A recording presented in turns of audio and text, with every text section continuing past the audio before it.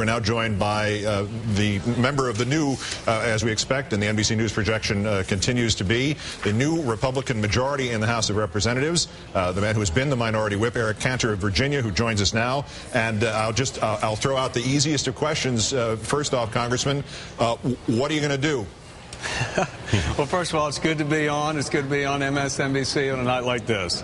But you know, I get your point. Exactly, Chris. That was for you.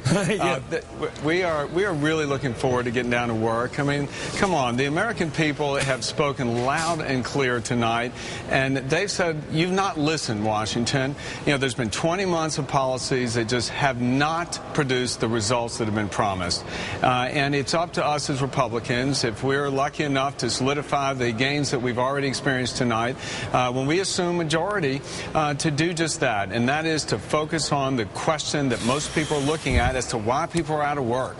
And we've got to go about doing that in a fiscally limited, in a fiscally disciplined like manner to make sure that we are focused on what people care about. That's what tonight is really all about. Congressman Cantor, it's Rachel Maddow here. Thank you so much for joining us tonight. Every Republican who we talked to tonight about the agenda for the new Congress, if Republicans are taking control of the House, has mentioned tax cuts, extending all of the Bush tax cuts. That means that the difference between the Democrats' proposal on tax cuts and the Republicans' proposal on tax cuts is about $700 billion worth of tax cuts for the richest people in the country. Do you think that that $700 billion should be added to the deficit? If you don't, what will you cut to compensate for that money, that loss in revenue? Rachel, first of all, let's set the record straight here. There's no tax cuts. Nobody's getting a tax cut. Come January 1st, if nothing's done, well, listen, even if it is, if January 1 comes, one of two things are going to happen. Either your tax rates go up or they stay the same. There's no tax cuts. When the Bush tax cuts were passed initially, they were set to expire in 10 years. So the tax cuts that Bush passed, that were passed under the Bush administration, were set to expire this year. So if we're going to have new tax cuts, they will be new ones because these ones will go away. There's no tax cuts. If you're a small business person or even a working family, if you are somebody at the lowest spectrum of the income level, you're going to receive a tax hike if nothing is done right now. That's really where people are, Rachel. And so if we're looking at it and we say we want to create jobs, because that's what this election's about, is why are so many people out of work? Why isn't Washington doing something? I don't think many Americans are going to agree that raising taxes right now is the prescription we need when you're looking to the small businesses and the private sector to create those jobs. That's where we're coming from. The difference between, I'm trying to get to the difference between what Democrats are proposing and what you're proposing, though. Democrats are proposing either an extension of the tax cuts or new tax cuts, whatever you want to call them, for everybody except the highest earners. The difference in revenue that's going to mean is about $700 billion. Should that be added to the deficit? The difference is, and the question is, Rachel, who pays for it? Yeah. Do you want the taxpayers, the small businesses paying for it by raising taxes, or do you want Washington to finally come up with ways to cut this budget deficit? And you ask us how we're going to cut the deficit. Well, you know, Republicans, we've already put on the table $350 billion worth of cuts.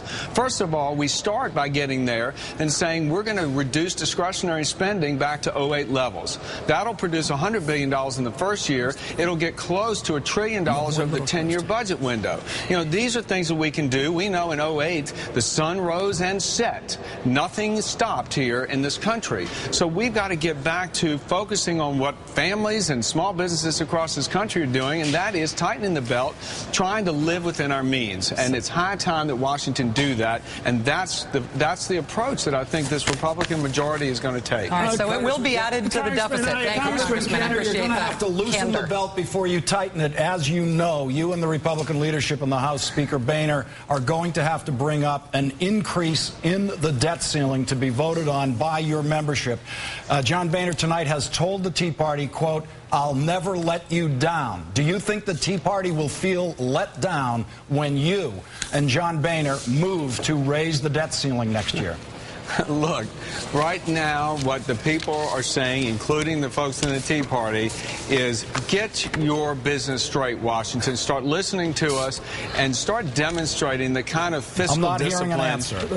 I'm going to give you an answer. I'm going to give you an answer. And start demonstrating the fiscal discipline that we expect of our federal government, and most especially the Republican Party. You're going to raise the debt ceiling, or you're going to let the country crash? We're going to have at least 3 or 4 months here to demonstrate that we're about fiscal discipline, cutting spending, going about the things that Americans want, which is to bring government back into its rightful place and balance with the private sector. And then you're going to raise the debt ceiling or let the country crash? Okay. No, listen, we've got 3 or 4 months until that gets here. And you won't answer any questions about the debt ceiling until 1 minute to midnight when you have to raise it? Listen, once again, the message we heard tonight was, Washington, start listening to us. We want to see jobs right now. Okay. We want to see some certainty. You got a government that's out of control, and we want to see who's going to be the leadership representative again. Of the Tea Party? Who in your leadership will represent the Tea Party? Michelle Bachmann has said today she would like to be in that leadership representing the Tea Party. Can she have your job? Whose job should she take to represent the Tea Party accurately, since you guys don't seem to be very well connected with them at this point?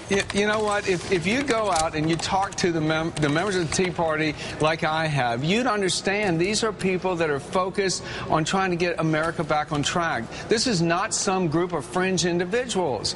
These are the tip of the spear that reflect the frustration that most independents have in this country towards Washington right now. We're spending money we don't have. We're producing no results. We keep making promises and not keeping them. That's the frustration. That's what the Tea Party is about. They've been a very positive influence on the debate surrounding this election, and I believe when Republicans regain majority in January, you will see a very disciplined crowd going about trying to do the things that are required right now, producing results, getting people back to work. Last year, the Republicans criticized the Democrats in the House for not passing the first budget resolution. So, and I have a lot of respect for your leadership in this regard.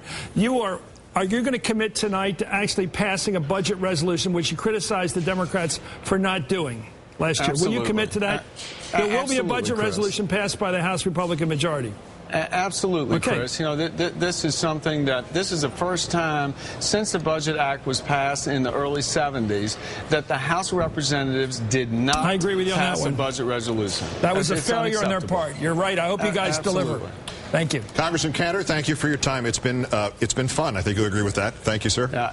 Again, a pleasure to be on MSNBC tonight. I'm sure you feel that way. Thank you.